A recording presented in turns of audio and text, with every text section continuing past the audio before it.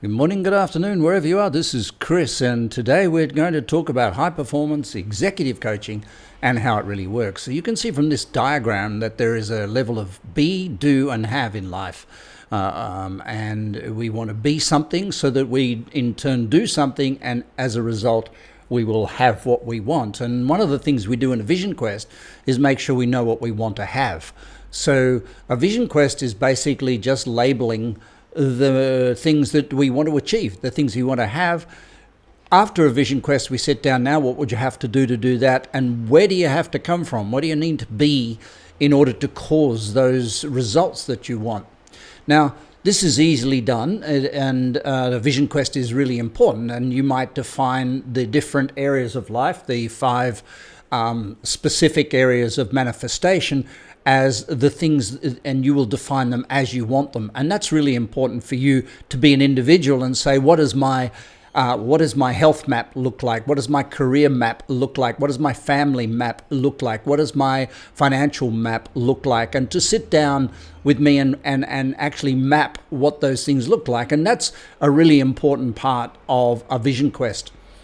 The do and the be is about coaching, and ultimately coaching is about self-leadership.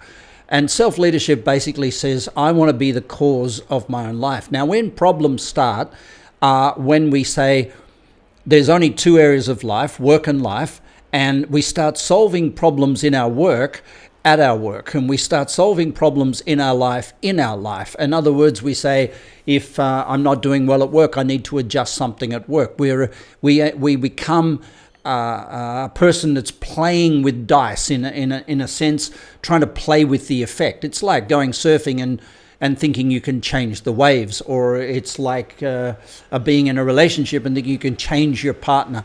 Those things are at the effect. What we need to do instead is focus very much on the cause, and therefore be at a cause level. This is what self-leadership and inner wealth is all about, being at the level of cause. So we can divide our lives into three areas. We can divide them into five.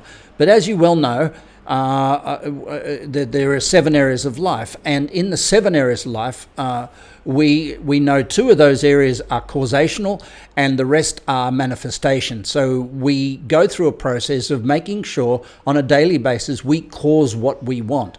And that's the discipline of coaching. I think that's one of the great things about having a performance coach, is that you describe to me what you would love to have, and my job becomes to keep you committed and keep you accountable to what you've declared you want. And that's not my language, it's your language, what you want. That's your vision. Some people would even go so far as to say, if I have a family, if I have the money I want, if I have the career I want, if I have the health I want, and if I have the social life I want, I will be the person I want to be. And that's fine. We would just simply go about building this exact same model and let inner wealth be the result of your life rather than inner wealth be the cause of your life. I don't mind those, whether you put them upside down or downside up. The most important thing is to connect cause and effect, isn't it? To say, these things cause this effect, and I want to have these things in order to do those things so I can be the person I want to be.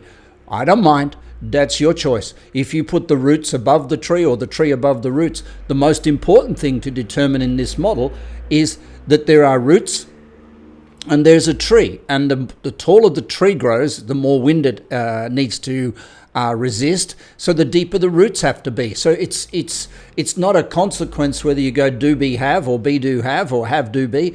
It's completely your call. I prefer to think of manifestation as digging roots really deep.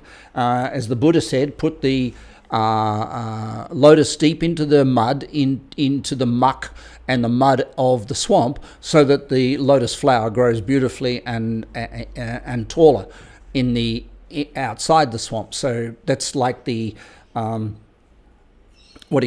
iceberg, and the iceberg effect above and below. I heard a funny joke yesterday. There's a lady walking around with a piece of lettuce poking out the top of her bikini in Bondi the other day, and she's walking around, and someone said, "What the heck is going on there? You've got a piece of lettuce poking out the top of your bikini." And she said, "It's just the tip of the iceberg. This is Chris. You have a beautiful day. Bye for now.